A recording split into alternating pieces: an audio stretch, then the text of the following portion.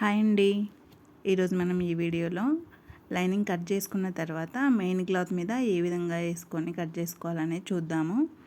ఎందుకంటే కొందరు వచ్చేసి నార్మల్గా బ్యాక్ పార్ట్ ఒక్కొక్క పార్ట్ వేసుకొని కట్ చేసుకుంటూ వెళ్ళిపోతుంటారు.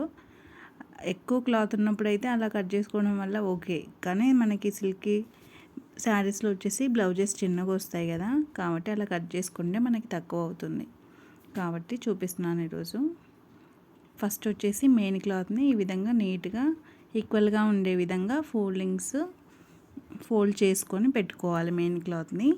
తర్వాత వచ్చేసి మనం ఆల్రెడీ కట్ చేసుకొని ఉంటాం కదా లైనింగ్ పార్ట్స్ని ఈ విధంగా పెట్టుకోవాలి.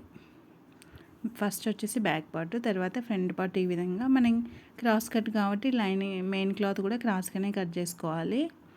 ఈ విధంగా ఫ్రంట్ పార్ట్ ఈ విధంగా సెట్ చేసుకోవాలి. తక్కువ క్లాత్ ఉన్నప్పుడు ఎడ్జెస్కి అక్కడ క్లాత్ ఉందా లేదా అని నీట్గా చెక్ చేసుకొని మరీ పెట్టుకోండి. ఎందుకంటే ఎడ్జెస్కి ఒక్కోసారి తక్కువ అయిపోతుంది. చూపిస్తున్నాను కదా అక్కడ. తర్వాత వచ్చేసి కింద హ్యాండ్స్ ఒకసారి మెజర్ చేసుకోవాలి.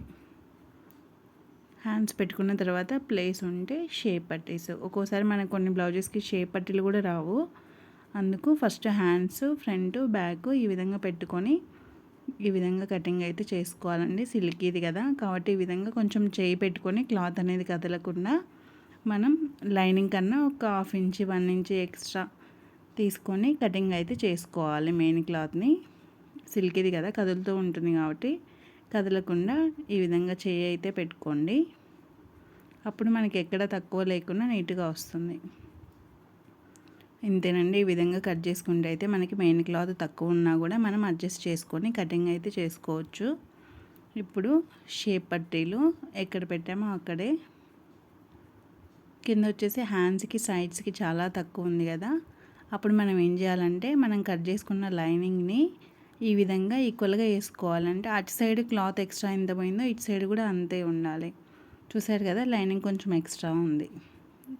యాక్చువల్గా అయితే ఈ బ్లౌజ్ పీస్ సరిపోదు హ్యాండ్స్కి, ఎక్స్ట్రా అయితే మనం జాయింట్ చేసుకోవాలి. కాబట్టి ఇట్లా మిడిల్లో పెట్టుకొని అటు ఎంత వస్తుందో ఇటు కూడా అంతే రావాలి జాయింట్ అనేది. ఈ విధంగా పెట్టుకొని మార్క్ వేసుకొని మనం కటింగ్ అయితే చేసుకోవాలి. ఇంతేనండి. మీకు నచ్చినట్లయితే సబ్స్క్రైబ్ చేసుకోండి.